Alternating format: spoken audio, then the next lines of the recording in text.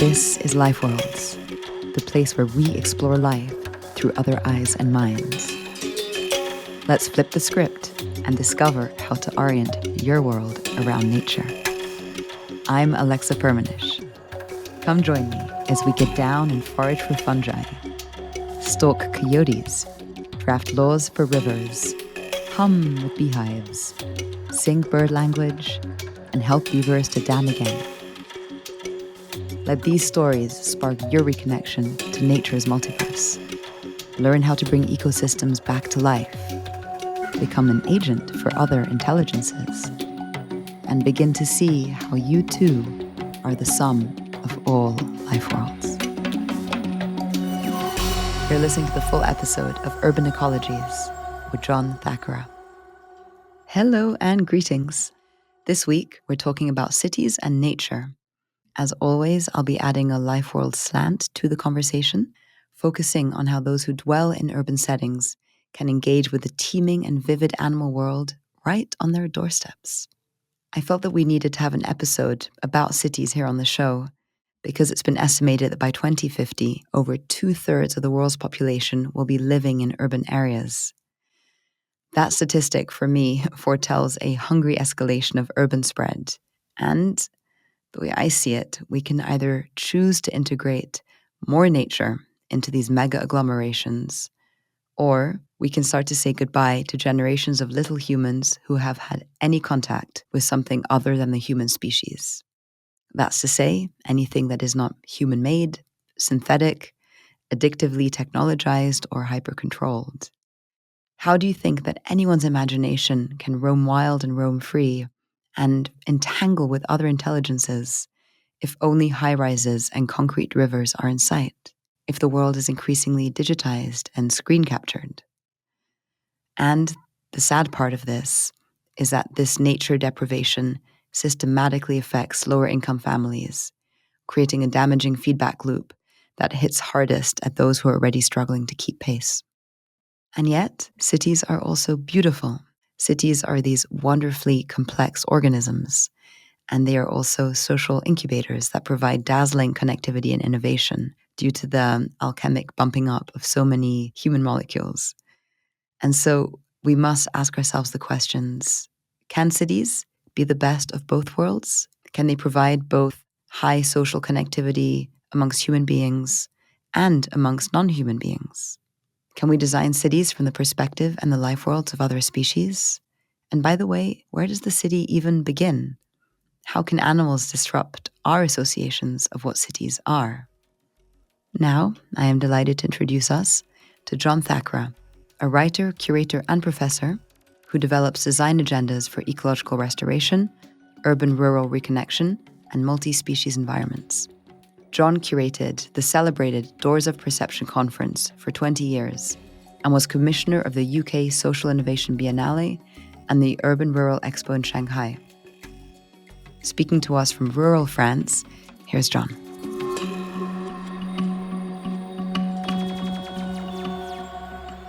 Welcome to Life Worlds. Today, we're going to be speaking about a bunch of different things I'm very excited to get into, especially what you're up to in terms of urban-rural connection and bioregionalism and place-based learning.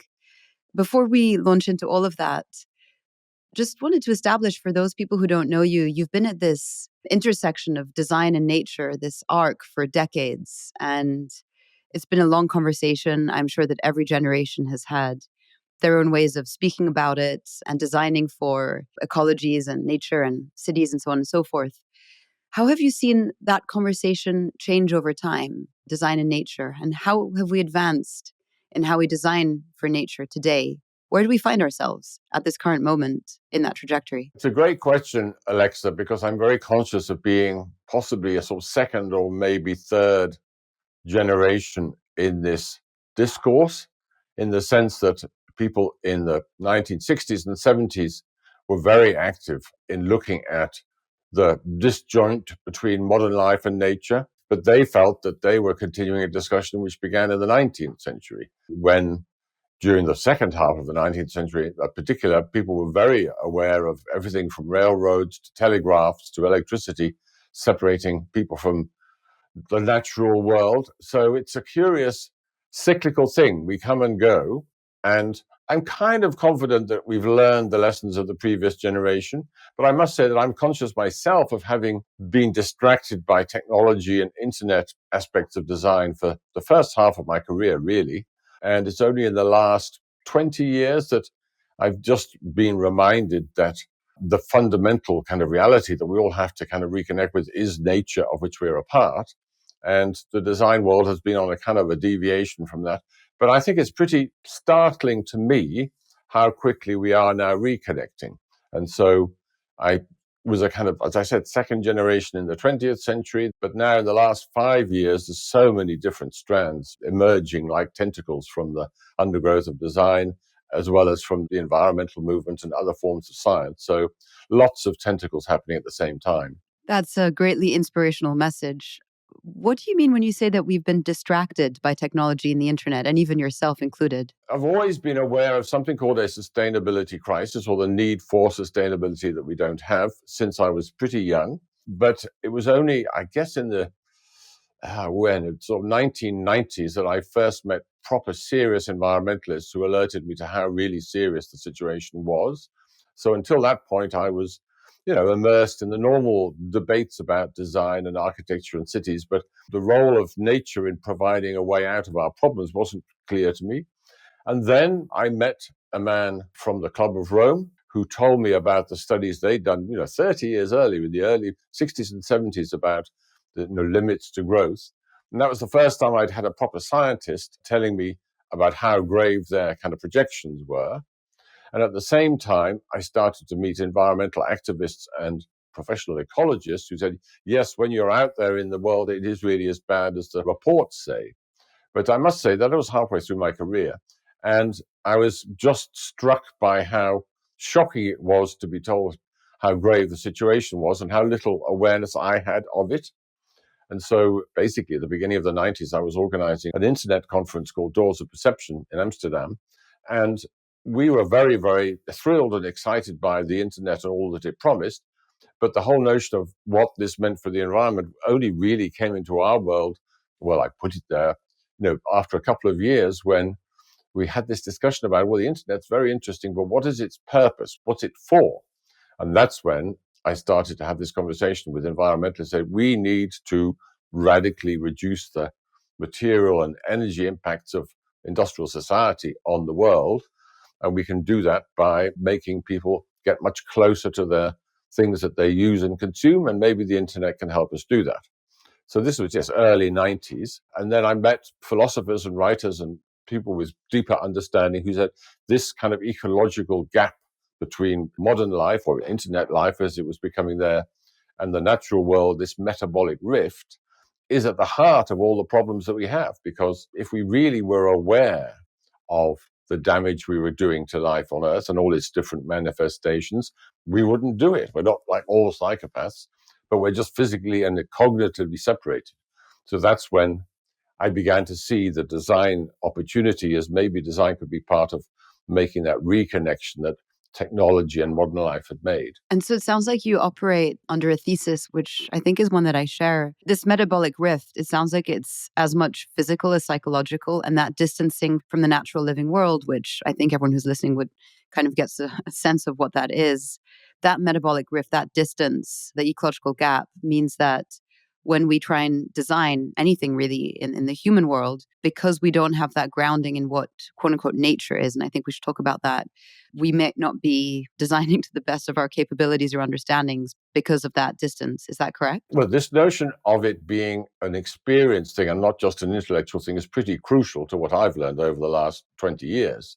Because after that period, when I was rather shocked to discover, so to speak, intellectually, because a scientist was telling me about how bad things were, I then thought, well, okay, we should tell all the designers about how bad things are, and they will be as shocked as I was, and they'll do something about it, to slightly oversimplify. But I spent, years giving lectures in various different degrees of frustration or urgency or passion about how we have to stop trashing the planet because it's our only home, and to be just mystified by the fact that people either turned off or said, yes, that sounds awful, and then they carried on with their lives. And I discovered, after rather being a slow learner, that just telling people things is not enough. Frankly, that's a kind of problem the whole environmental movement has had, of, publishing reports, arguments, slideshows, films, all sorts of media about the problem. But those things are all basically representations of the thing itself. And it's only in the last, I guess, 10 years that I started to learn from properly wise people that until you experience the nature, or you experience connection with it, or even experience the lack of connection, this notion of embodied understanding, that was the point at which, for the first time, I realized that just saying things was not going to be enough. So that's why my work, and a lot of people nowadays, is how do you enable people in media saturated world to have embodied living relationships with nature. That, I think, is the one thing that can unlock this kind of impasse that we've been in for so long. How do you do that? How do you bring people into that embodied relationship? And as you know, just as a preface, you organize workshops all around the world and summer schools. And maybe you can speak a little bit to how you try to bring people into that embodied connection and the kinds of activities and engagements and things that they're participating in. I basically did a journey. I organized a big conference in a gigantic convention center in Amsterdam for most of the 1990s. And it was very cool and incredibly groovy and hip. But at the end of the day, we were sitting in a darkened room, impressing each other with our stories and our images and our sounds. But then people would go back, and it was kind of like going out of daily life activity. And the more and more the, quote, environmental agenda became the focus of our discussions, the less appropriate it seemed that we were having these discussions in a large man-made building in artificial light and bad air. And then we started to do our conference and meetings in India for the last 5 years, up until the early noughties. And that was where just the act of being in a different culture, but also being in a less technologically intense environment, the experiences became much more moving and transformational for people, including for me. Just being out of normal media saturated cities. Just to give a practical example, we had our first 2 or 3 meetings in India in these big round structures with a bamboo roof and no walls, of the kind that they would use for weddings. So our meeting place was in a building with no walls. And our basic practice of those perception experiences was to go around our environment, different parts of India, with local people, look at everything from farmers to people cooking lunch for 10,000 people in a langar or whatever, incredible variety of experiences, come back to our building with no walls and to tell each other about it in amazed voices. And the more we did that, the less important it became to have an agenda before we arrived. The less important was it to have famous speakers giving fancy speeches. And the more we learned that being together in a place was what we needed just to get a different understanding of the situation. And it's not a magical ingredient. The more it goes on, in fact, the more I call myself a curator and a program director of a conference, the less curating and the less directing you do, the often the better it can be. If people are just given the opportunity to absorb the qualities of a place, connect with each other in a natural way, have time to reflect on things and not be told to come up with results. It's all about removing pressures and directions from the situation. That's what I think is needed. And how one does that for larger numbers of people who are desperate, I think, in many different ways to reconnect with the living world, but either don't know how to do it or they feel absolutely trapped by their commitments in urban situations, families, children, jobs, or whatever. It's just not enough for people like me to say, you should all get out into nature and reconnect with nature, because there's 1,001 practical obstacles to that. So the point I've reached now is that we need to look at the many thousands of people who are actually doing it anyway, from teachers to farmers to ecologists to tour guides, find those people all over the world and help them to do it better and help them to do it more. So that's kind of my mission at the moment, is to amplify and make accessible many of the things that are already happening, and then look very seriously at what needs to be done to make it possible for a busy person with 2 jobs in a city with children. How can that person have this experience as well as somebody like me who's fortunate enough to do it in my normal daily life. Yeah, I don't want to just talk about cities, but I think that we should for a little bit because it is, as you said, it's unrealistic for every single person physically, socially, economically to get out into what we call quote unquote nature, even though as we know, nature is absolutely everything that's around us at any point in time. I say this as a big plane just flies by. As you can hear, I'm close to an airport. So that's always a good reminder that I can't hear it. you can't hear it. Okay, well, there's a massive plane flying overhead. There was a piece of work that you did that I thought was fascinating on design for multi-species cities. And you say, and you write up on that there is often more biodiversity in cities than we expect. Maybe you can speak a little bit to that. What is designing for multi-species cities and not just for the human story? Because I'm sure that that's a way that we can bring that connection to larger numbers of people. Yeah, I spent a long time being told by various people that we should stop thinking of nature as something which exists some distant place in a natural park with green things growing in it, that nature is everywhere. Of course, we know that. But then I started to discover people who are actually rather seriously not just studying the different life forms that exist in cities, but contemplating how one could amplify their presence and vitality, particularly at the microbial level. There's been the last period a lot of interest in growing trees and expanding parks and things of a rather traditional nature, which have all sorts of issues associated with them. It's probably on balance not a bad thing.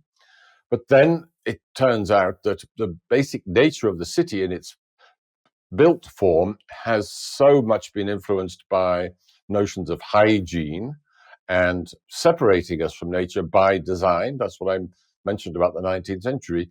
People went to tremendous lengths to make the city clean and sort of hard surfaces and separated from all forms of pollution and unpleasant antibodies, to such an extent that we've now created cities which are at one level biologically kind of sterile, but at the same time are filled with toxins and pollution from industrial processes.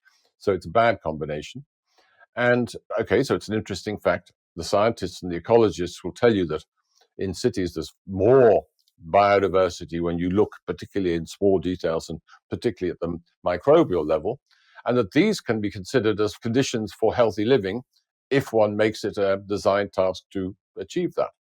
So I thought, well, that sounds good, because I said I'm trying to avoid just giving people lectures about what should be. So I did a workshop recently with some 26 designers in Italy, Milan Polytechnic, supposing that more biodiversity is good for health as a starting point, and in particular microbial diversity. What actions could you as designers take to make that possible? And I was expecting this to be a hard slog, to be honest with you, Alexa. I was invited to challenge them, but it was amazing. It was just pushing at an open door. And these were like not ecological designers, these were product designers with a technology background and inclination. But they just went off and did this most amazing group of quick projects on everything from how could one listen to the condition of a tree in a city non-invasively? How could you experience the sounds of a tree? Which is a fantastic question. But because these were designers, they went off, found all sorts of technology to sample the sounds of a tree, found ways to turn those sounds into things you could hear on your phone, found ways to turn the sounds into musical information so that it might have a musical quality, found ways to turn those sounds of trees into playlists. So within a very short period of time, they'd concocted, this is one group, a way to connect with trees through sound. Another group hacked a smartphone and turned it into a kind of microscope by attaching microscopes physically to this phone. Then they would go and take samples of bits of dirt or gunge in the city, use that information, find AI programs to analyze what the pictures were telling them about microbial life in this little tiny bit of water. And then the AI would give them information about the different forms of bacteria that were present and what this meant. And they then made that kind of information to a kind of Pokemon Go card game so that you could collect bacteria in your phone that you had sampled physically with your little testing kit. Things like that. And it was just wonderful. And I had expected none of this, to be honest, how quickly they just got the idea of connecting with life, not with some exotic purpose in mind, but just for itself. And I just think it confirmed my general view that people are waiting for it and looking for it and don't need to be encouraged. So we had this fantastic period of people finding magical ways to connect with invisible life using modern tools, and not with a big heavy agenda about fixing the city or making it healthy, but just as a form of exploration for its own sake. It sounds like what you're describing is there's the role for the designer in this kind of ecological literacy process, or in understanding the invisible and visible life that's around us. The designer is almost like a translator, so they can detect, okay, there's life here, fungal, bacterial, trees, plants, etc. And then how do we design a system or a mechanism by which normal people can interface in their own bodies and with their own senses, come into contact with that form of life? So I'm curious, how do we get people to engage the world with their senses and with their bodies? And what's the role of design in that? I know that you have, in your rich career, taken people on walks to interesting and microbially rich places. And it always, when I've read about those, have been reminded about you can take a horse to water, but you can't make it drink. I've come to the conclusion that the task of design is not to get people to do things at all. I mean, we try, obviously, but to make it, put people into the situation where various opportunities open up, and give them tools, but not like exotic fancy tools, but things like these guys last month with their hacked iPhone could just uncover a whole world of microbial life in the city of Milan in a few days, which I don't think they thought very deeply about it before. So I think designers have to put their trust in the fact that there's a lot of latent interest and eagerness to connect with things. And we just need a combination of some simple tools and permission.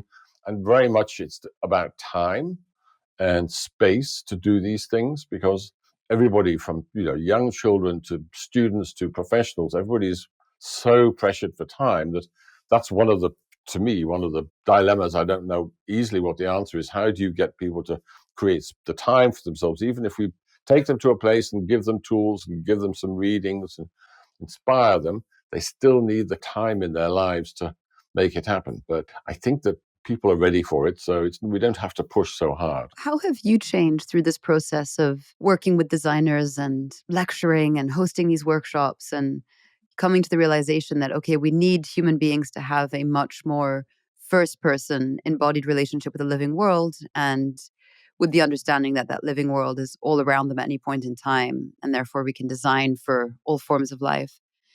How have you changed through that process in your own relationship to nature and what you think nature is, and maybe even some of your own practices around connection? I would like to say that I've been, incredibly sensitive and very wise, but I think it's been a matter of me observing my failure to get people to change their behavior just by telling them to change.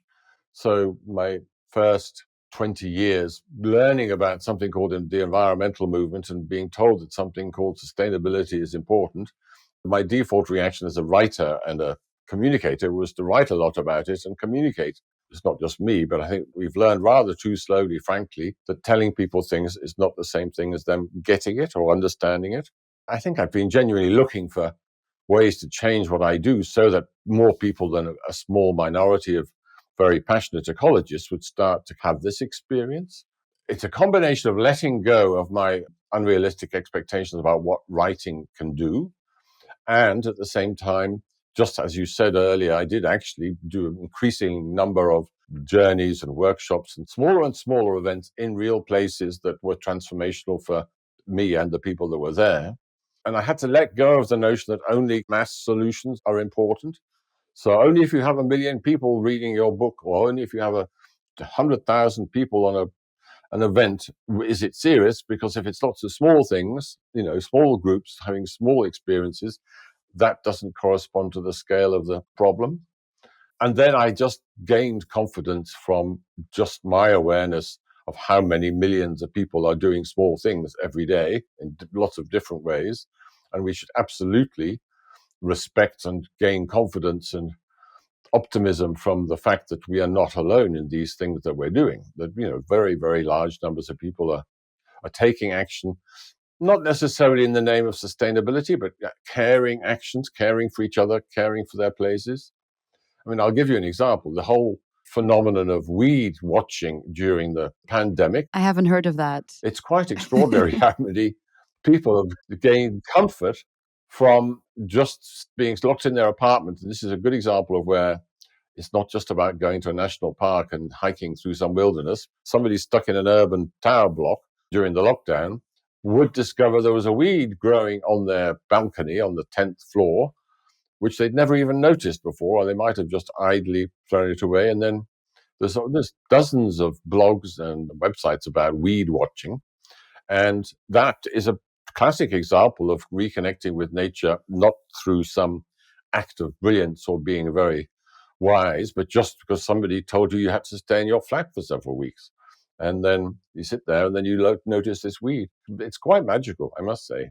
Some of them are like ecologists or scientists, but most people not. Down the street from where I live, I know I live in a small town in France, but a woman runs a small shop. And I noticed some writing on her doorstep of her shop. And there's a little plant growing out of the lintel. And it says in French, "Let me grow." And she's written "Let me grow" in white marker pen, just on the side of the thing to stop people cleaning up her doorstep. She's not a kind of radical ecologist. She's running a shop in a small town.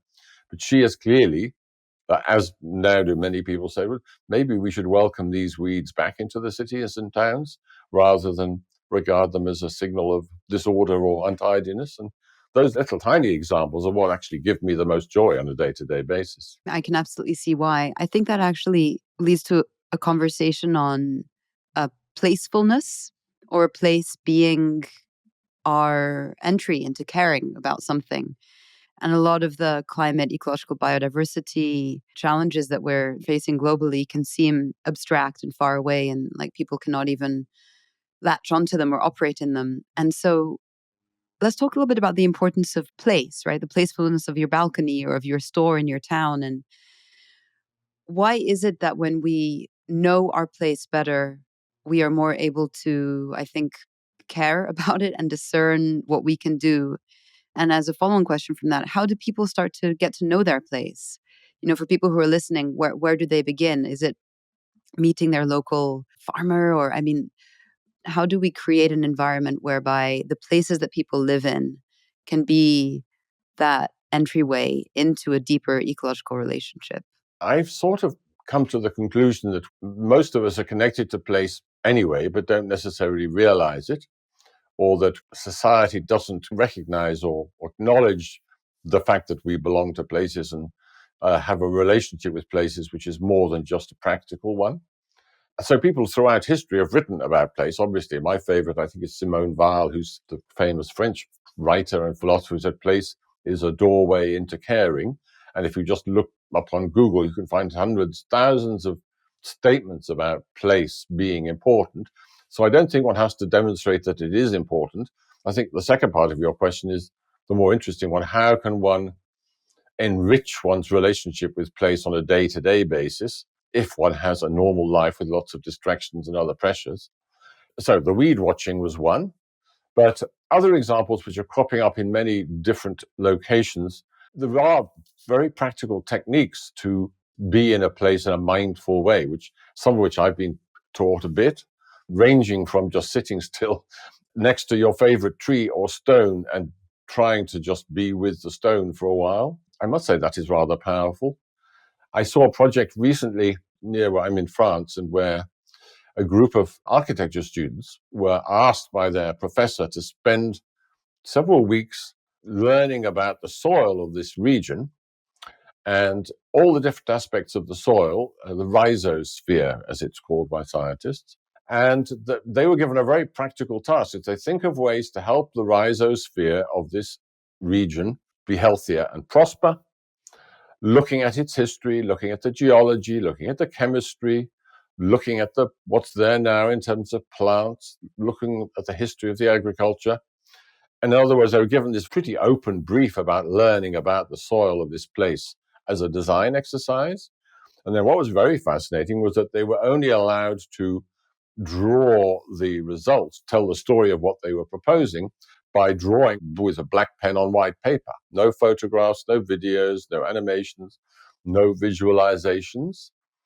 It was quite enchanting, but not so easy to empathize with at the beginning, but the report, it was called Regenerative Empathy, and you can look it up. It's around on the internet. This report contained 100 proposals by people with predisposed to be architects, but doing amazing studies about what is the life cycle of the eel living on the sea floor of the Mediterranean, and how can we make the life of the eel better? Or how can we find better ways to use the byproducts of the rice harvest other than just burning all this stuff? Can't we use the rice husks and the straw in a more productive way than just burning it? Somebody looked at the tradition of growing olive trees around the region, which has all been there for hundreds of years, and said, why can't we combine growing olives with other sorts of plantings so that we could have animals like pigs roaming around amongst the trees and fertilizing the ground, and then you get pigs as well as fruit from the harvest? This is basically people who knew more or less nothing about soil and place and all these questions until they were directed to find out what you can in this limited period of time about all these different aspects and then come up with some proposals. And that was just, to me, another revelation, is that just give people a pencil and a paper and some time and then send them off to find things out. And it's just amazing what can happen. When we're speaking with designers or technologists or those who practice sustainability inside of corporations or whatever it may be, that first person embodied relationship that we were speaking about earlier seems essential, because you can't possibly design a policy or a financial mechanism or an intervention for something that you personally are so distanced from. And that's something that causes me a little bit of concern, are people who are defining and kind of sculpting our worlds, but have only a very close first person relationship with the human, maybe more urban side of that. So how do we start to bridge that divide and give people a more holistic sense of what they're designing for and for whom? I think this is a pretty crucial question. So, and it's not just designers, it's basically the people who run the modern world are, as a sort of group of millions of people, just do not have very frequent embodied connections with living things, or maybe they do, but they don't necessarily notice. I'll give you an example. I just read this week about one of the top global consulting companies has started a master's degree in sustainability for its 320,000 employees. And they've done this because 75% of their people, of this gigantic global consulting firm, have expressed a very clear wish to do work that contributes to social and ecological issues and isn't just about whatever other issues their work is filled with. And so I'm guessing that this course that they're being offered, that's new, is in part a response to keep people in the company, attract people to come and work for them who have this need but don't otherwise find it in their day-to-day life as a consultant.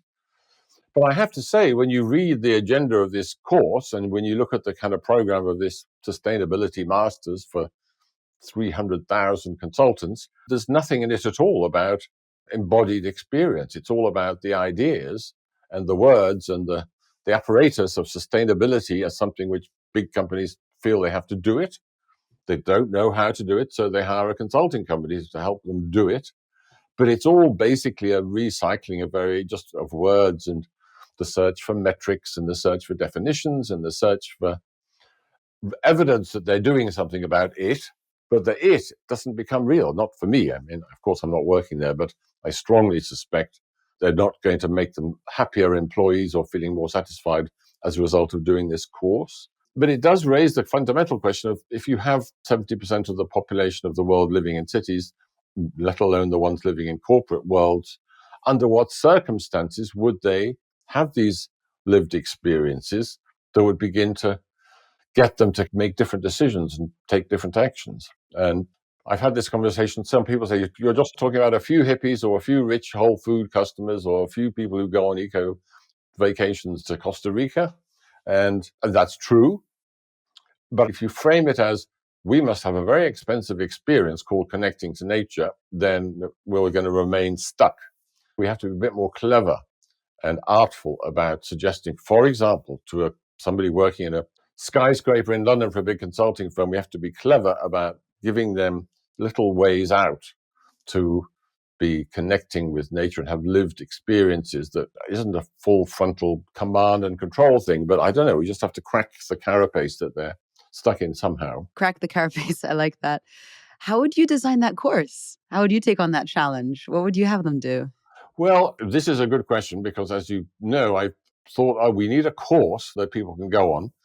And some people are now offering courses called Understand Systems, Understand Natural Living Systems, and so on.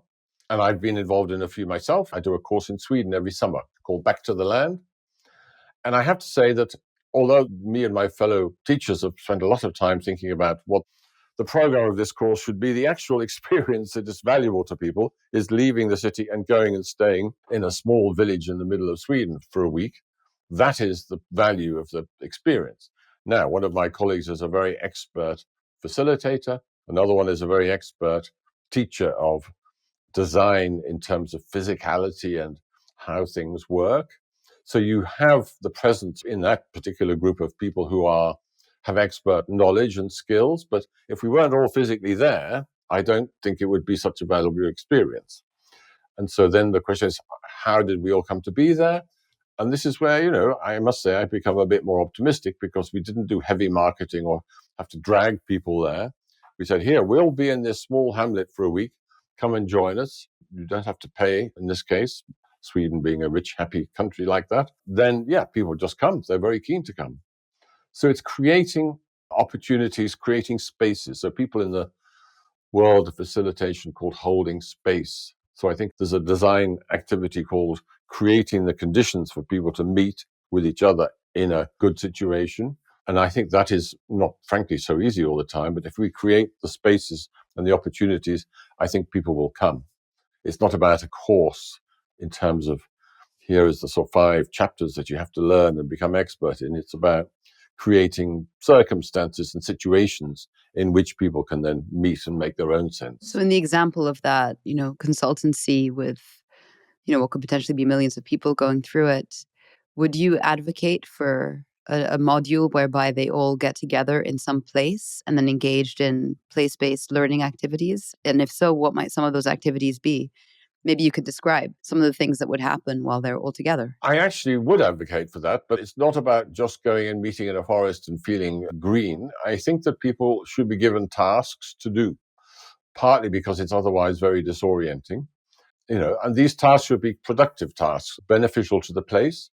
So, for example, some friends of mine started the ecosystem restoration camp movement, it's now become, where you could go for anything from a week to several weeks and just physically help somebody restore some land.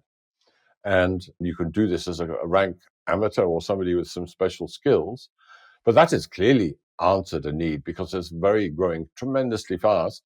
And there you have experts at the site. It could be a river or a forest or a farm or a community. It could even be an urban situation. And somebody who with proper knowledge of the place said, yeah, we're going to clear out this polluted soil from this building.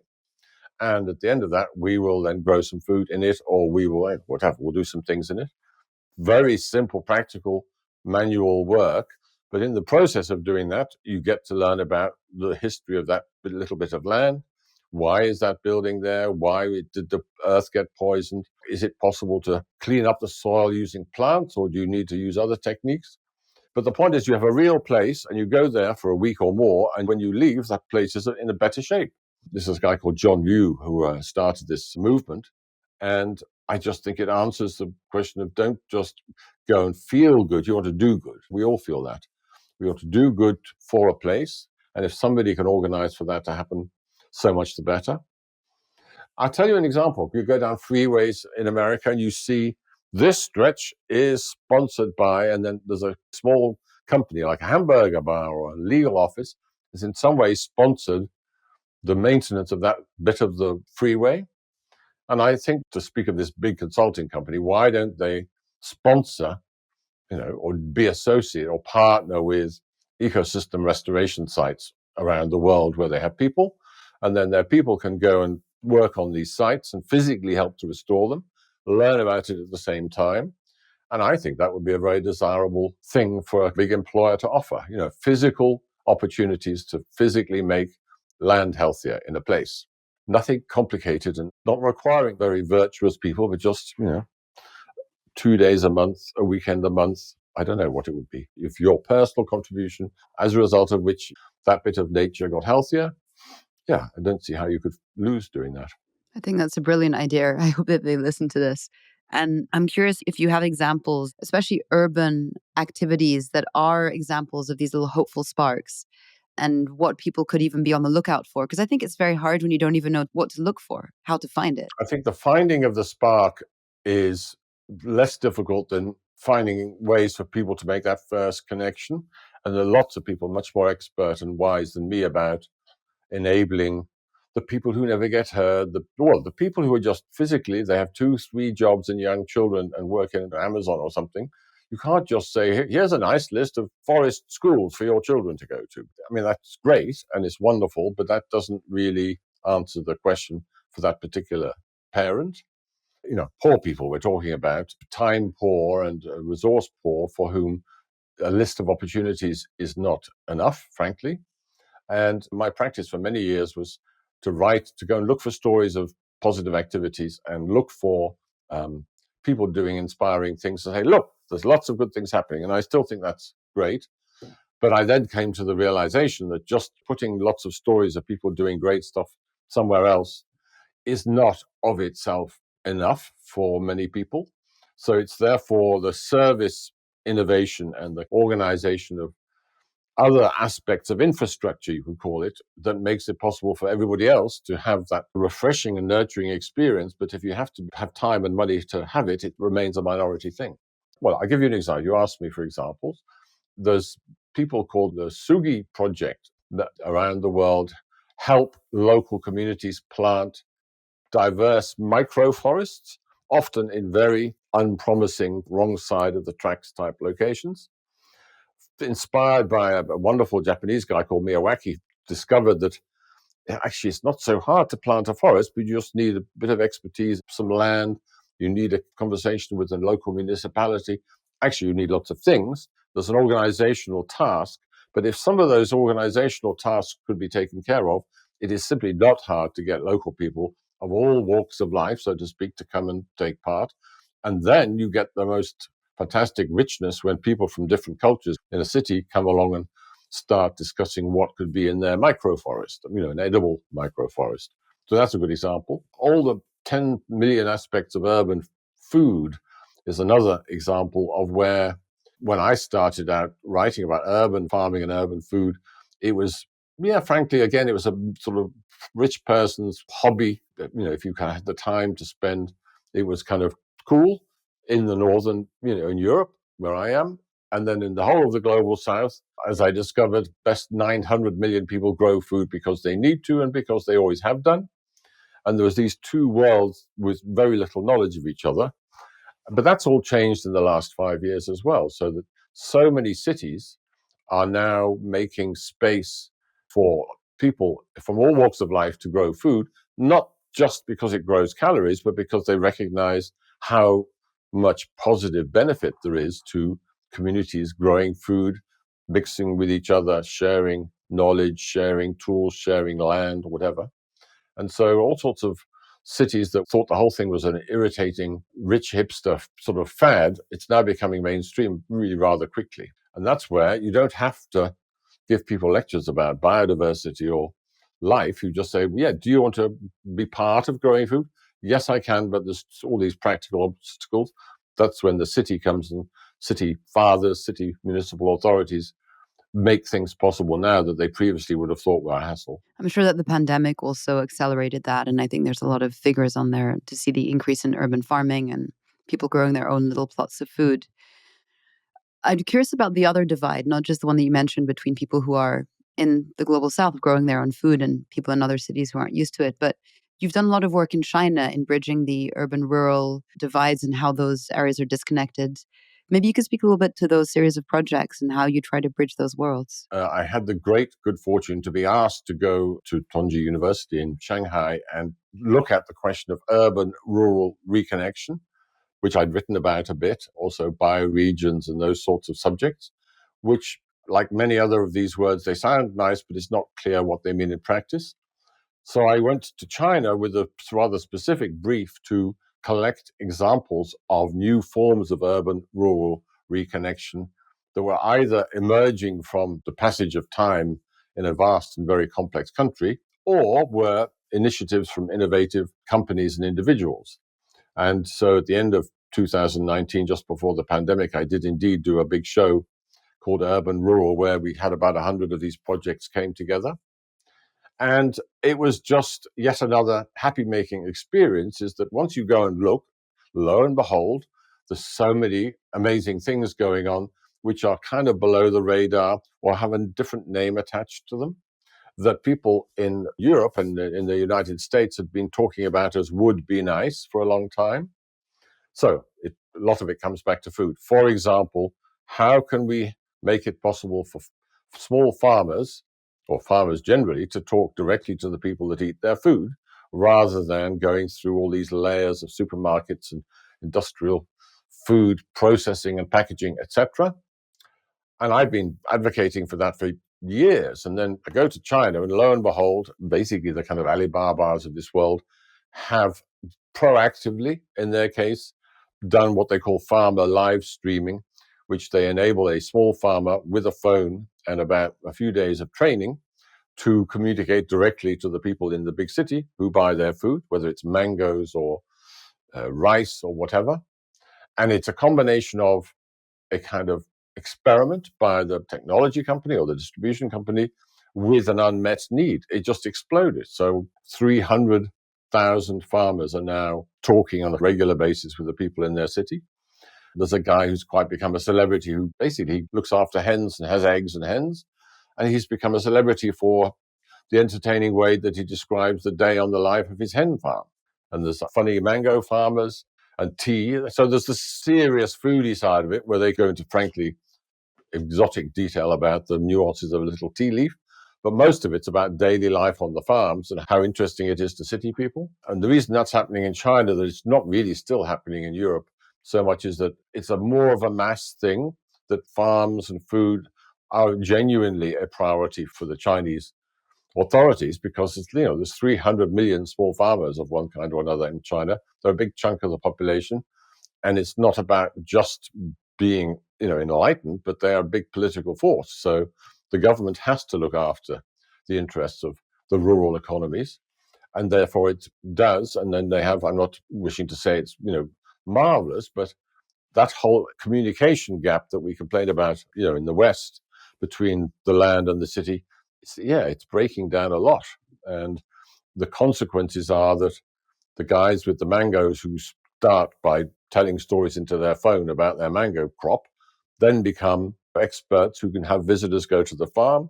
You start to multiply the different forms of economic activity, food tours, cooking visits, ecological visits.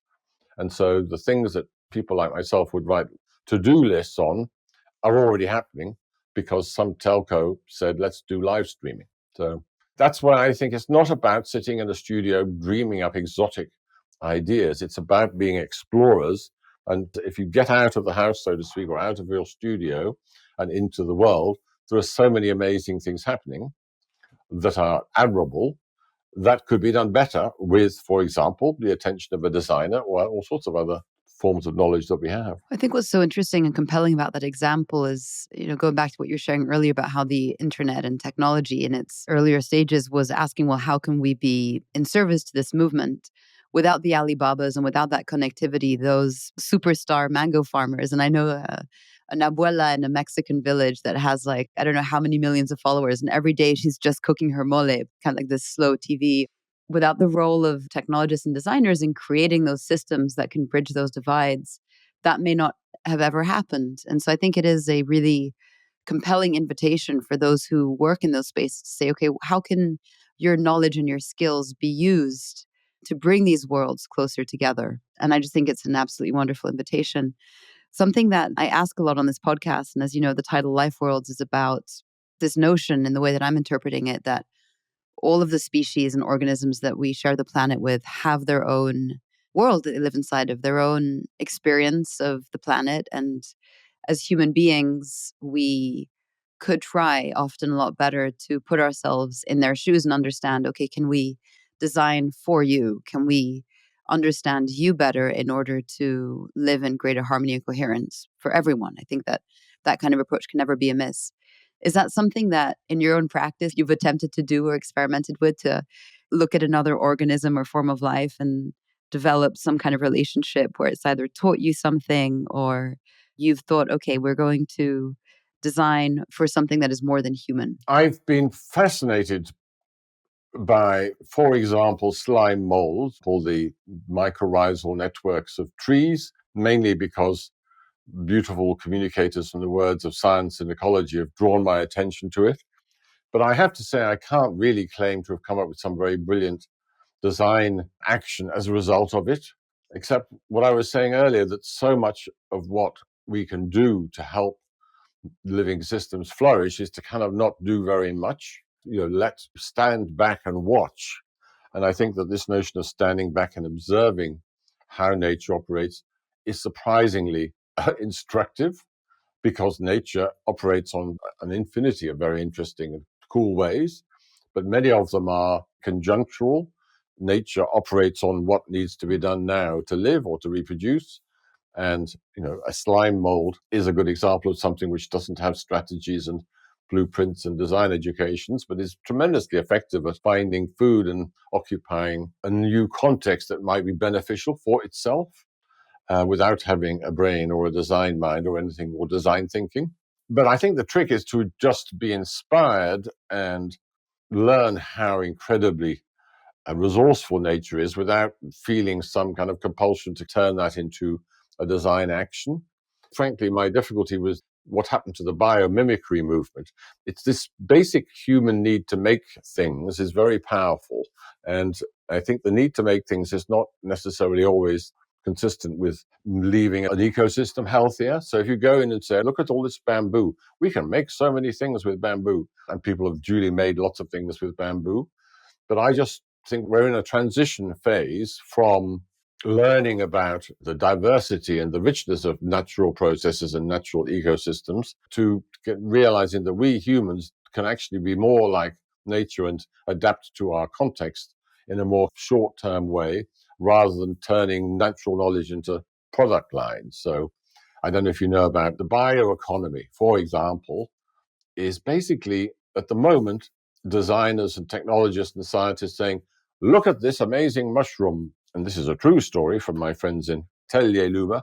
We could replace all the sound insulation in Mercedes cars with mycelial growth, and therefore we'd have bio cars. And my attitude to that is, well, no, we wouldn't, because maybe we don't need cars in the first place.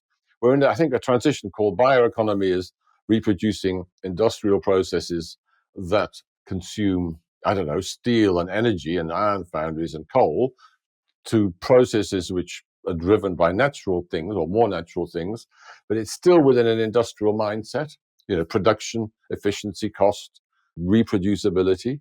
So it's a kind of transition which I think we need to speed up a bit towards. Not every place needs to be built on, or we don't need to build things and make things to meet all our needs. We can meet our needs in other ways than making things. That's such a critical point. And I think often we would consume or build less if we were more satisfied in other aspects of our lives. And that's where a lot of what we talked about today is also where those needs get filled: the connection with others, the being in the land, the participating in meaningful activities. And it doesn't have to just be getting the greenest car that's out there on the market, because undeniably that's still necessarily not a very green activity. But this is a great point, and you put it beautifully. Learning to live with less actually can be a design intense activity, but it doesn't lead to the production of goods, or for that matter, paid for services.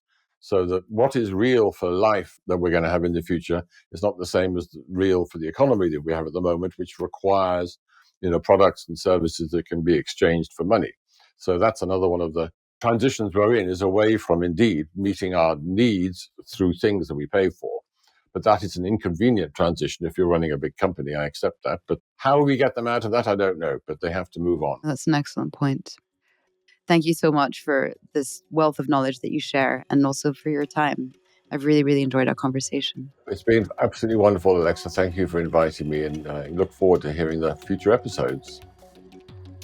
John's website is linked in the show notes and is a treasure chest of resources on everything you can imagine relating to design and ecology and education. Thank you so much for listening to the podcast, and stay tuned for a fresh episode coming out in 2 weeks' time. It will be our final episode of this series. I cannot believe it's gone by so fast. And we will hone in on wilderness rights and tracking, how nature can be a mentor. So that's it for me today. I would love to hear from you, so do reach out on the lifeworld.earth website, where you can also find all of the show notes and an open source library ranging on everything from ecology to technology and life at large. Subscribe to the email list, and I will see you back here soon.